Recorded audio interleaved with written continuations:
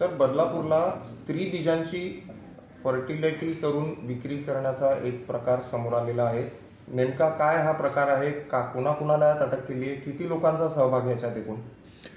Badlapur east police station अंतर्गत आरोग्य विभागाने संबंधित जे वैद्यकीय अधिकारी आहे त्यांनी परवा दिवशी तक्रार दिलेली आहे.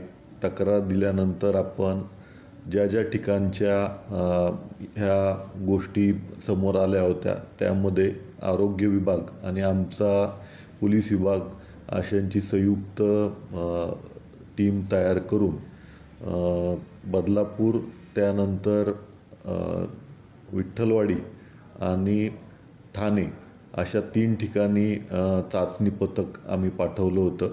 त्यामध्ये तिन्ही ठिकाणी बेकायदेशीररित्या संबंधित जे साहित्य आहे आम्हाला ते मिळालं.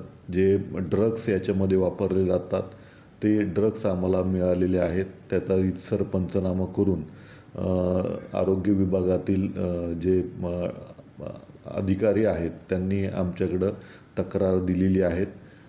जे ड्रग्स स्पेसिफिक जे ऑथोराईज पर्सन आहेत त्यांच्याकडं असणं गरजेचं होतं, तर ते नसून यातील जे 3 आरोपी जे आम्ही अटक केलेले आहेत त्यांच्याकडं मिळालं. या ड्रग्स किंवा इंजेक्शनांची किंमत जी आहे ती अराऊंड एक 10 लाखाच्या आसपास आहे. यामध्ये यांची मोडच अशी होती की ज्या इच्छुक महिला आहेत त्या इच्छुक महिलांकडं संपर्क साधून ज्या ठिकाणी ह्या गोष्टी करणं बेकायदेशीर आहे अशा ठिकाणी संबंधित महिलांना ते इंजेक्शन देऊन ह्या गोष्टी घडवून आणत होत्या. आत्तापर्यंत आम्ही या गुन्ह्यामध्ये 3 महिला आरोपी ज्या आहेत त्या अटक केलेल्या आहेत. याचा तपास जो आहे तो बदलापूर पोलीस स्टेशनचे तपास अधिकारी करत आहेत. यामध्ये आम्ही स्वतंत्र 3 टीम नेमलेल्या आहेत. प्राथमिक तपासात असं दिसून येत आहे की ज्या डोनर महिला होत्या ह्या तिथे स्वेच्छेने तिथं आलेल्या आहेत आणि पैसे घेऊन त्यांनी हे एक डोनेशन केल्याचं दिसतंय. यामध्ये अराऊंड 25,000 ते 30,000 रुपये त्यामध्ये मिळाल्याचं तपासामध्ये निष्पन्न होत आहे. यामध्ये कुठला IVF सेंटरचा किंवा आणखी कुणाचा सहभाग आहे का या दृष्टीने आम्ही काल PCR घेतलेला आहे आणि यामध्ये एकूण 7 दिवसांचा PCR आम्हाला मिळालेला आहे. त्या दृष्टीने आमचा सखोल तपास जो आहे तो सुरू आहे. यामध्ये लवकरच इन्व्हॉल्व असलेले जी काय इतर लोक असतील या बेकायदेशीर ह्याच्यामध्ये तर ते आम्ही नक्कीच विस्तृत जानकारी यामध्ये आपल्यासमोर प्रस्तुत करू. सर, यामध्ये त्या जे स्त्री बीज काढायचे आणि स्टोअर करायचे ते कुठे स्टोअर करायचे आणि कुणाला विकायचे मग ते पुढे नेऊन? यामध्ये संबंधित जे लोक आहेत त्यांच्याकडे चौकशी केली असता त्यांनी असं सांगितलेलं आहे की तिथून ते दुसरीकडे संबंधित महिलांना घेऊन जाऊन त्यामध्ये ते जो त्यांचा स्पेसिफिक पिरियड असतो त्या पिरियडला तिथं ते विक्री केल्याचं त्यांनी निष्पन्न होत आहे. या दृष्टीने तपास जो आहे अतिशय प्राथमिक स्टेजवरती आहे. त्याला विशिष्ट टेक्निशियन आणि ह्या सगळ्या गोष्टी लागतात. परंतु जी गोष्ट ज्या ठिकाणी करायला हवी आहे त्या ठिकाणी ती केली गेलेली नाही. शिवाय मल्टिपल टाइम्स एकाच डोनरचाही वापर झाल्याचा वेगवेगळ्या नावाने प्राथमिक तपासामध्ये निष्पन्न होत आहे.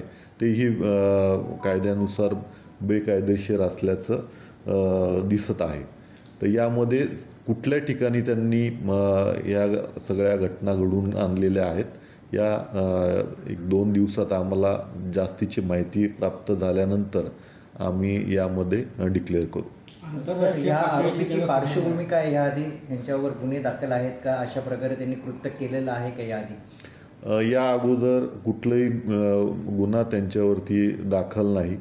शिवाय आपलं राज्य आणि आपण प्रश्न विचारल्याप्रमाणे आंतरराष्ट्रीय टोळी कुठली यामध्ये इन्व्हॉल्व आहे का या संदर्भात पण आपण जास्तीचा तपास करत आहोत. सर, मध्यस्थी जे महिला असेल त्यांना देखील पैसे देण्यात येत होतं असं काही आहे का? कारण की ज्या महिलांना त्या ठिकाणी घेऊन जात होते, मध्यस्थी करत होते, त्यांना देखील पैसे दिले जात होते. मध्यस्थ्यांनाही यामध्ये आर्थिक लाभ झाल्याचा दिसत आहे.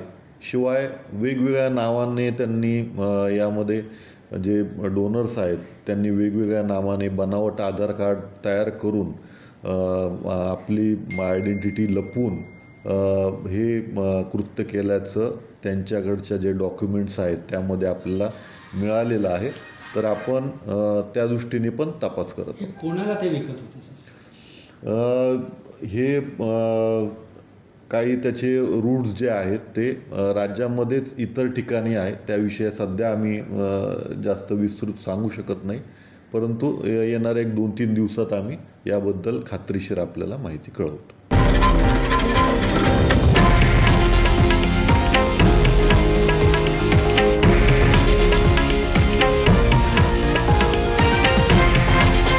हे आहे देशातील नंबर 1 न्यूज नेटवर्क आणि आपण पाहत आहात TV9 मराठी, एकमेव.